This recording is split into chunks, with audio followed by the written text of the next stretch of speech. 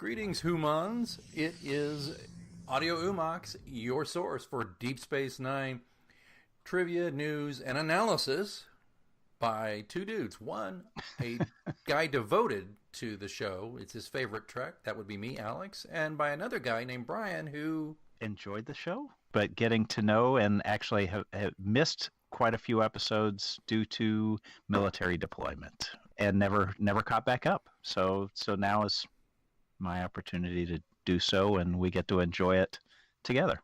And it gives two long-time friends, my gosh, over 30 years. Jeez. Yeah. Long-time friends a chance to every week just to get together and see each other's face over the internets and record this show. So welcome back, Hoo-Mons. A couple of things. A little bit of housekeeping. You may recall that we are going to do a giveaway if we can get over 100 Facebook fans. Well, I'm here to report that drumroll is going to come in. You know, it's funny. I actually thought I rented. Oh, you have a sound machine? I rented a drum. So let me see. Here we go.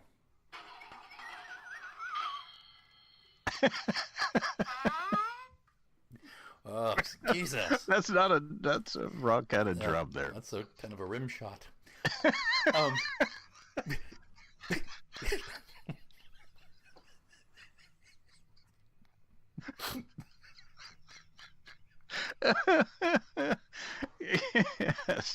Yes, that'll be on the outtake reel. Definitely. All right. So we have how many was that? Do we have at this point? So we've broken through 100 as of today. I think we're at 105 no, plus 125. 125. So we're blowing through the numbers there. So it's great. It's great. And as we've mentioned on previous episodes, we want to give away a little thank you gift, and we will do.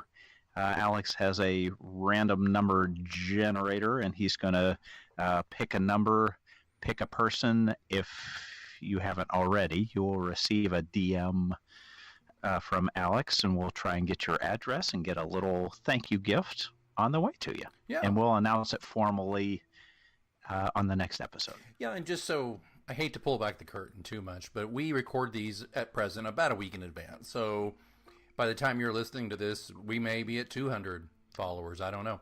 But one exciting thing is at this recording session, we are about 10 or 11 followers from 300 on Twitter as well. So we're just, awesome. We're running up that hill. We're going to do it. We're going to do it. Yeah, and if you're just hearing about these gifts, understand that they are Deep Space Nine or Star Trek related, and they are not worth much more than but they're fun. We just want you to know that we do care, and we appreciate you listening and following and mentioning us and those types of things. And in that same token, if you've got a basement full of stuff and you want to get rid of some of it and we can help you. We'll be a clearinghouse to help you recycle it to other trackers.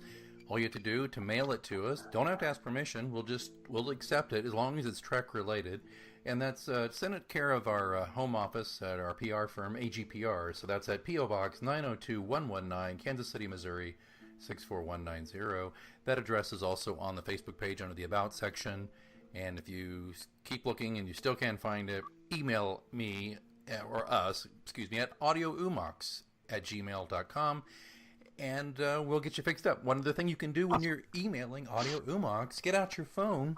If you want to appear on the show and have your voice next to ours with our dulcet tones, all you got to do is get out your phone and record a memo to us. Take about 30 seconds or so and say who you are, where you're from, and what you like about the show, and whatever message you want to send to us. And we may put it on the big broadcast. Please note, anything you send to us becomes the property of Niner Interest Limited. We reserve the right to use, edit, sell, fold, spindle, or mutilate whatever you send us. Yes. So, just so you understand. And speaking of, the last episode we talked about an upcoming documentary, a one-night showing, and I have tickets. He is speaking about, of course, What We Left Behind, which is the Ira Bear produced Deep Space Nine documentary. And I'm going to tell you, it's not too late at all to get your tickets. I got my tickets as well. So it's a Fathom event special. It'll be one night only. I believe it's May. What is it going to be? May 13th. May 13th. Yes. That's a Monday, I believe. Right. And what we're going to do, if you are in the Chicagoland area, there'll be a certain theater location where Brian will be. Yes. If you're in the Kansas City area, there'll be obviously one near me. What we're going to do, we will put on Facebook page a few days before where we'll be. We would love to interview you if you listen to the pod. We're going to try to interview folks who are just in the audience anyway. We've got to figure out how to do that without being weird, but I don't know. Maybe hang a note around our neck or set up a folding table outside the. Do you think the theater will let us? But what we can do is we get caught. Well, we got some literature, or we're going to have some by then, some business card type things with our first names on it, and just basically something we'd hand out to people and say, if you want to listen to the show, it's something we might at least have those as kind of a form of ID to say, look, we do have a pod where we're not complete loons, we're not going to hurt you, we're the worst thing we'll do is. Excuse me. So, all right. Hey, worked once, right? So that'll be May 13th. So we will post that. So if you're going to be, again, in the Chicagoland or Kansas City area, and what are the odds? Wouldn't it be great if we can meet you and talk to you about what you think? And here's one last thing about that. If you're not in our area, of course, we still want to hear from you. So we would love it if you would send us a recording to audioumox@gmail.com after the show and say, okay, I thought it was this. And you can take a minute or so and just tell us what you think. And we'd love to hear from you. So don't forget, Facebook, Twitter, tell your friends. Tell 2 friends about the pod. We're having such a good fun. We're still having fun again. Our numbers are good. The downloads are, they're getting better and better with every episode. And we love it that there's so many devoted, wonderful people who are sharing information about the show with their friends, and we're just on our way. We have no illusions about being a world-killing podcast, but it would be great to just get a few hundred diehard Niners on the team with us. And so I'll ask you to do one more thing. And we've got some people who are really good about this, and we love to take the heat off some really nice people like Rusty Bikes and Mike and Fenna and some others who have been giving money. And or gave money or giving little bits of money here and there to help keep the show going. We don't need much. Not asking you to buy my movie ticket or anything like that, but it does cost money to produce and host the show, and then it takes money every month to keep the shows up where you can access them. So there is a link on the pin to the top of the Twitter page, and that's at Hoo-Mons Podcast on Twitter, and it's a link to a PayPal link where you can give $1, $2, $5, $50, $500, whatever you want to give to help keep the show going.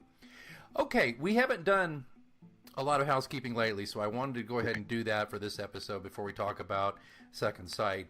But the last question, I guess, before we go to that is, what's your Tranya tonight, buddy?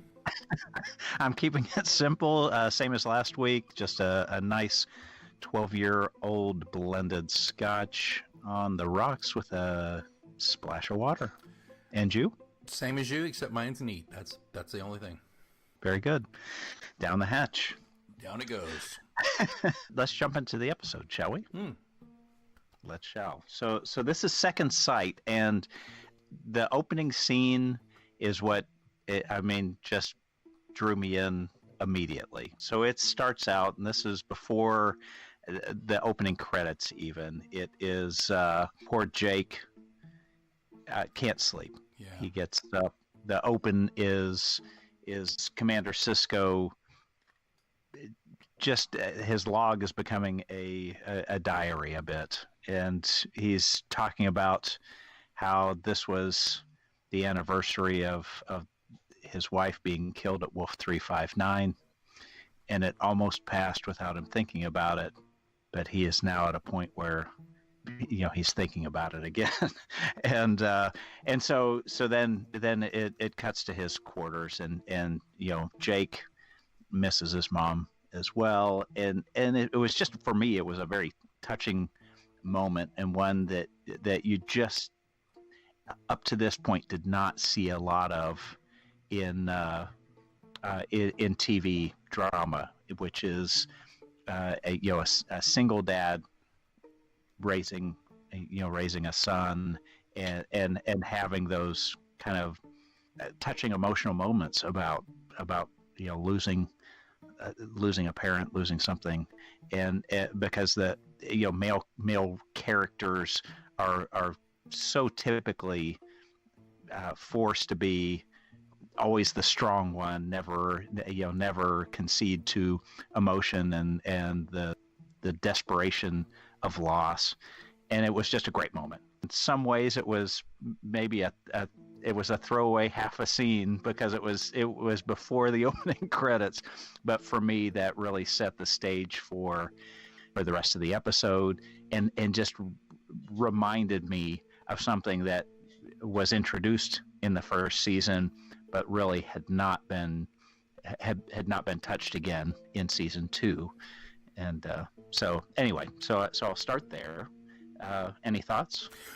I would say the one observation I can make about that is where he nearly lets the day go by and didn't think about Jennifer, was that in actuality, though, kind of a good thing, because an emissary, what do the wormhole aliens, what do the prophets tell him?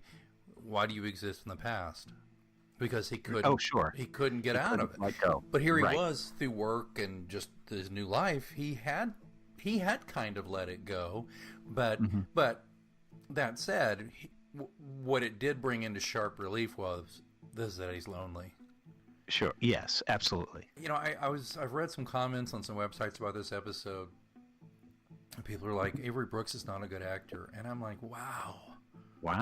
It's like harsh, first of all, wrong. Second, look at everything in his eyes and his face, and yeah, there's some stuff that's I think unusual. I think he's an unusual person. If you've ever seen interviews with the guy, you'll know he's freaking unusual. But I think he's unusual, but he's not bad.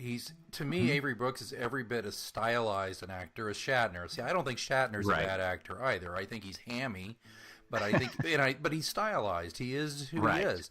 And I think Brooks can be very hammy when he wants to be, frankly. But what we're getting in this first couple of seasons of DS9 is a very aloof, very bottled up. And what did I call it before? I called it contained. Very contained. Sure. It's as if the hair on his head is containing him. It's holding something down. Yeah, because when it comes up, buddy, hair comes out of his face, off his head, pow. Yeah. But so I get that. Yeah. So I like where you were going with that. And I want to just interject, though, that the character is growing, but what he's growing into is beyond a poverty of happiness is just loneliness.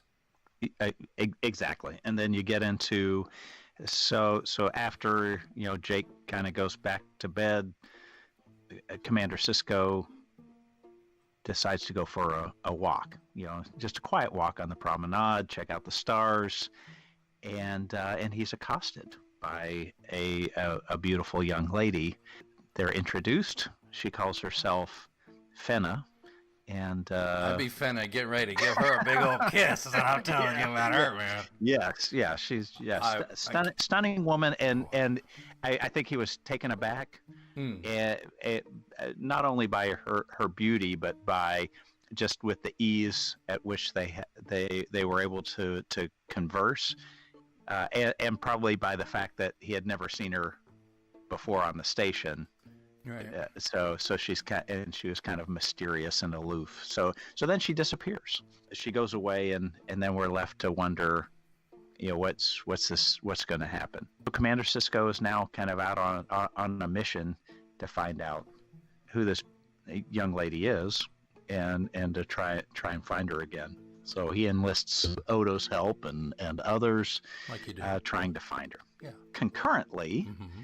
Coming to the station is Professor Satek, who's quite a character. Indeed, played by the late great Richard Kiley, Tony, Emmy, and Golden Globe winner. Wow. A favorite from my childhood. Yeah. He was in The Little Prince, the actual live action adaptation of The Little Prince. But he's done a million other things. He was a Man of La Mancha. He was the first one to sing The Impossible Dream on Broadway. Wow, I did not know that. I did not know that. Love that. But he brings to this role just an ego and a flamboyance that just makes that role kind of fun. So and you see reflected in. Do you remember the scene where they're having? And I'm jumping ahead a little bit, but again, folks. By the way, we're going to keep saying this. We're not going point by point on the plot, and we're going to jump around. We assume that if you're listening to a show about a 25-year-old TV show, you've seen the episode. And if you haven't, press pause. We'll wait. Okay. Go to Netflix. Yeah, it's right there. Yeah. Sorry, we're gonna just talk about it because but I try not to like completely give away the endings on these things sometimes. Sure. Especially a really good episode. But okay, so Kylie Satek, if you know the scene where he's on board the Prometheus in his cabin there with his wife, but initially there's a little cocktail reception kind of thing going on, and you've got. You can tell it's a command performance from the senior staff. Nobody wants to really be there because Satek's kind of unbearable in a lot of ways. But you look at O'Brien, who look at Colm Meaney's body language. He's sideways. He's not facing him, and he's giving him sidelong glances. Part of that to me is there's a bit of a vulnerability to O'Brien where he sometimes seems like he's out of place in these formal dues and he feels uncomfortable. That's part of it, but the other part of it is my former neighbor's an Irishman. I know how they think about people who puff themselves up. It doesn't work for them. So there's that. But you look, and Kira is just she can't stand him and does not want to be there, and she's practically gritting her teeth through this thing. And of course, Dax, she finds anything like this amusing and interesting, and so I just thought I would just. If you look reflected on those faces, and of course Sisko's moony over this gal, Fenna, who he just, that's all he can think about right now. So he's just there because you can tell behind the mask of his face, he's just like, oh, Fenna. So I just wanted to throw that out there. That that's perfect because that really demonstrates now not only his character but the impact that he has on the rest of the crew, which I think we've all had these types of people. They're incredibly interesting and have lived amazing lives, but they're the first to tell you every detail about it and brag about it. Truly. So anyway, that's a very interesting character. And he's there because he is basically, and I look back to a nod to Star Trek 2, he's basically taking the Genesis device technology that failed there, and he's apparently making it work all these years later. So going beyond terraforming to forming a new star. But by the way, rebirthing. That's something about the Star Trek 2, and I hate saying anything bad about Star Trek 2. It's one of my all-time favorite movies. I understand the Genesis planet situation, because at the end of Star Trek 2 when they blow it up and they blow up the Reliant, the Khanzon, and the Enterprise gets away thanks to Spock. Of course, Kirk doesn't know it's Spock, and he's like, bless you, Scotty, go, and they go. So they're in a nebula, right? Okay, sorry folks, occasionally I'm going to do this. They're in a nebula, so they're apparently the Genesis device, since they didn't use a Genesis torpedo to go hit a dead moon or something. They just did it in a nebula. So apparently the device just created a matrix. Not only did it create the Genesis planet, but it created a star? Or am I wrong about that, and that it actually didn't create a star, it just got rid of the nebula, which exposed the Genesis planet to a star that was occluded by... A nebula? A nebula. That's got to be the way we have to go with this, isn't it? I don't know. Because a nebula is, from my understanding, is a preformed star. Okay. So it may have accelerated. It may have just accelerated what was in process. That's possible. Okay, I guess so that's we're gonna save that for like a conundrum episode when we talk about all this stuff, all the science stuff. I'm probably not the right guy to talk to. Are you kidding we me? need No, to maybe get an astrophysicist or you're a cosmetologist. A cosmologist. Yeah, I am. I am. No, but my eyebrows are impeccable. I'm telling you, and at our age, that's saying something. If only I could get the hair in my ears and nostrils to go look as good as your eyebrows. No, I'm telling you though. Moving right along, though, there's at least one more interlude with Fenna and Sisko. Sisko's basically confides to Dax he's in love with this gal he's met. And I think Dax figured it out. Right. Based on, I'm sure it has to do with just 8 lifetimes, and of course spending one of those lifetimes with Sisko in particular, bordering on empath just because of her observation skills. You know, dude, she just can figure stuff that's out. another thing that'd be a great conundrum episode too. Is like the longer you live, do you necessarily become almost like an empath because you're so good at reading people? Right. Yeah, maybe. That's a great one. See, look at you. You're just spinning them off here. I'm like, he's doing like the dollar sign. It's like dollar bill, y'all, dollar bill, y'all. I got it all going on here. So yeah. So they're doing that, and I'm probably jumping around a little far, but they're getting ready to do some stuff. I'm trying to remember if the dinner party was before he meets the professor's wife, or it's at the dinner party. No, but because she prepared the dinner. That's right. when he sees her. No, I'm and sorry. He's like, is she a twin? Right. No, I'm sorry. That was a badly phrased question, because I'm trying to get to the point where he kisses Fenna, right? Now, was that in his quarters before this or after?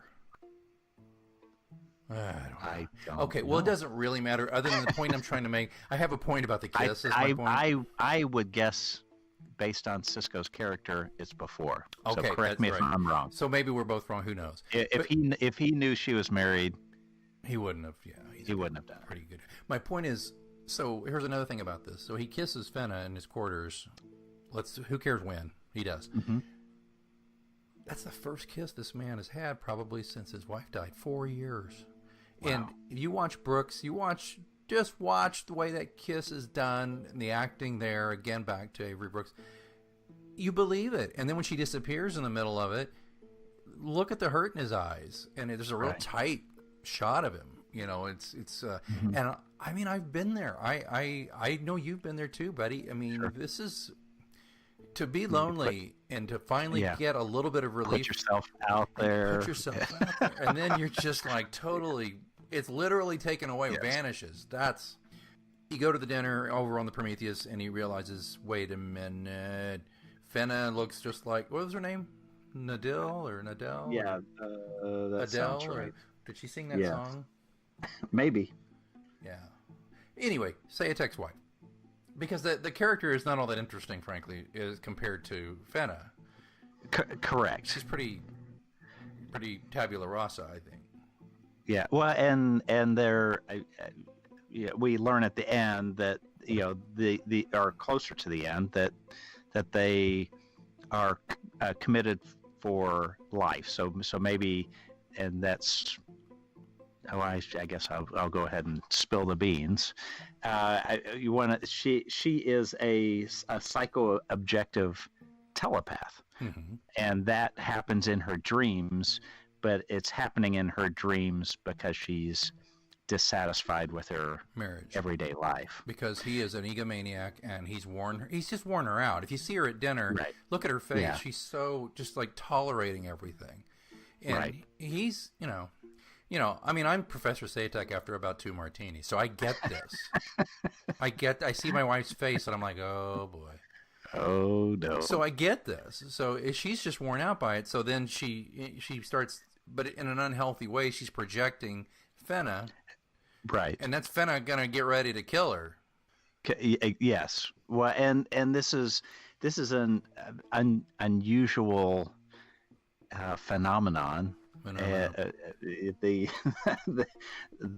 to be a psycho-objective telepath, you actually have you create this physical being that other people can objectively see and touch and experience. I found that, again, terribly interesting because it's outside of any normal humanoid type of occurrence for someone to have the psychic power to create something that real to the other people that are experiencing it. I thought that was pretty interesting. I did too. When they start to figure everything out, it's all gonna climactically come when the Prometheus is going to go out and they're going to fire this torpedo into this dead thing to make a sun, reignite his star. Right. And they realize, oh my God, my wife's going to die because they figured out what this is. And Fenna's there and she's like, I don't know what's going on. Interesting couple of observations, just if I can take a minute here on the Prometheus. One, Sure. do they not have a medical officer? Why are they calling Dax? And they keep saying, do something. And Dax like, I can't do anything. And my thought is, yes, because you're not a doctor. Right. Yeah. Where's Bashir? Well, or the chief, the CMO of the damn Prometheus. Of the Prometheus. Yeah, that's true. They have a sick bay. He was bound to a rock. I mean, that... Yeah, if something was eating his liver with a nice Chianti. Yes. Yeah, so there was that. And the other observation, by the way, though, was that the captain of the Prometheus on the bridge? The guy who does not emote and just sits there? Yes. I'm assuming the Prometheus is a science vessel, science-only vessel? Yeah, except for that massive weapons pod that it's got. Yeah. I mean, just saying. Yeah, maybe they skimped a little on that casting. So yeah, but if you go back to, just 4 years earlier, most of Starfleet was killed. So they're probably still kind of scraping the bottom when it comes to command level officers and getting people appointments straight out of Starfleet. That's good. I like that. Well, yeah, suspend disbelief. I am, but I just had to make those observations. Sure. And it's a lot like maybe the Enterprise B. They hadn't got the doctor installed until Tuesday, along with the tractor beam. Okay, right. Yeah, that was dumb. All right. Yes. So we get to a situation where lots of stuff happens. There's a lot of emotion, and what ends up is like, okay, we're gonna have to fix this. And Dr. Satek realizes, if I can release her from me, yes, all will be well. And he loves her enough. Yeah, in some ways, the love of his wife, this would be his greatest achievement. Yeah, his crowning achievement. Not the star, but freeing so the woman he loved. Is that how you read that? And then the last thing he said, of course, let there be light. And of course, he also said, I left my obit for the Daystrom Institute. Make sure. Yeah. Now, see, that's something else I can see myself doing. Like, I'll be on my deathbed going, now, look, I wrote... here's my eulogy. Just read it verbatim. Yeah. I want the run of show during my service to do all of this, and I want this music. That's me. That's totally me. I'm an egotist in that regard. But I'm not brilliant. I'm just an egotist. But this guy... So he gets in the pod, and he injects himself along with the device into the sun, right, or the thing, and reignites the star, thus freeing his wife. And then there's unfortunately Fenna then disappears. Yeah. So she's free to live her life. It's not the woman that Sisko had met. So she wants to now go back to her home world and live out the rest of her life, which she's now free to do. In that last scene on the promenade, did you see how Sisko couldn't even look at her? He had to turn away from her.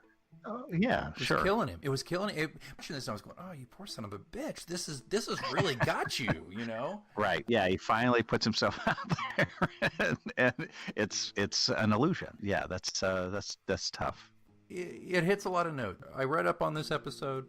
Apparently, the writing staff, most of the people who made this episode didn't think it succeeded. Thought that Kylie did the best he could, but that maybe he got the arrogant braggadocio part right, but not maybe enough of the other side of him right. All these things. Right. So you can read up on it on your own, folks. But I'll just toss it to you, Brian. What did you think of it? I mean, there were a few gaps, certainly, and I did have to kind of suspend a little bit. A person with an ego that big, it would take a lot for them to sacrifice themselves because they value themselves so much. Yeah. So bridging that gap of love for his wife to the point where he would sacrifice himself is it is a bridge that you have to cross. And as well as his ego in wanting to see the finality of his creation, which he is now, his act takes that from him. So that's, again, you have to kind of assume that his love for her is that great. And they've spent, I don't know how many years together. So I mean, I could certainly understand it.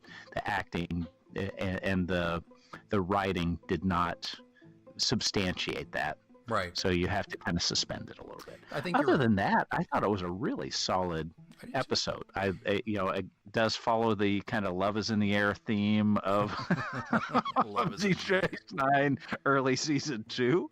I was expecting Barry White or someone to come singing in, but there for parts of it. But for me, I thought it was solidly written. I thought it was well acted, and for me, it helped me remember some of the key things that I really loved about Sisko and Jake and their relationship from season 1. Yeah, Sally Richardson, she was I thought very good and very charismatic, particularly in the role of Fenna. But her role as Satek's wife, though, was a nice foil for that. She could act against herself. And but I think she was on that show Eureka on Sci-Fi Channel for a few years. I think it ended like 5 or 6 years ago. Not a great show. I mean, it was cute. I watched it for a while, but I always looked at her on that show and thought, "Gosh, she's very appealing." And I think she's very appealing here and did a really good job, of course, and working with Richard Kiley. Kiley just, I don't know about you, but I mean, he's the type of actor when he's on, I'm watching him. You know, and it's hard. It's almost hard to believe that he passed away almost 5 years after this show aired. Some kind of illness got him. But it's I mean, he looked so vibrant and youthful. He was like 71 or 2 when he made this episode, and he was gone by almost 5 years later. But I thought the same way. I thought there were some nice character moments here and there. All the supporting, as I mentioned earlier, the kind of cocktail party, all the supporting cast got to kind of show their bits and pieces a little bit, and little things that you and I always talk about that plugs into the overall tapestry of the show and works really well. So I thought so too. Right. Nice. So did you have some Latinum for this episode? I would put it in that, call it 3 to 3.5 range. Let me give it three bars, five strips. Wow, that's more than I'm going to give it. I love this episode. I didn't love this. I liked this episode, but coming after Necessary Evil, which I really went overboard loving, I don't feel any need to discount this one because I felt like maybe I was over that one, but maybe I do. But I'm going to give it a solid 3 bars of Gold Press Latinum for this episode. So you're 3.5 and I'm 3, and I give 2 bars for a very good try, and I give another bar for having Richard Kiley and the wonderful actress, but also for having some action on another starship was interesting. Yeah, that was nice. It was nice to see the Prometheus and and of course that works well. Prometheus, of course, he's making a star and fire the gods and all that. So I'm going to give it 3. So awesome. Not too bad. So. Any deep sex? I think there could have been some really good deep sex. I thought that Brooks and Richardson they played well off each other. You? They did, and I would say probably that first scene where they're just enamored with each other and almost finishing each other's sentences upon their first meeting. That I found. Yeah, romantic, intriguing, very nice, and probably it set the stage for the heartbreak that would come later in the episode, because it's like sometimes you meet someone and you just click, and that's what they had in that opening scene. I think so. I think you're right. Yeah. And as for deep shit, I don't think anybody was really in deep shit. I would say the doctor about 3 seconds before he hit the star. No, I agree. Oh, the professor. Oh, okay. Yeah, the professor. I agree. It was much more about relationship than it was any kind of fight or true danger in the episode. So.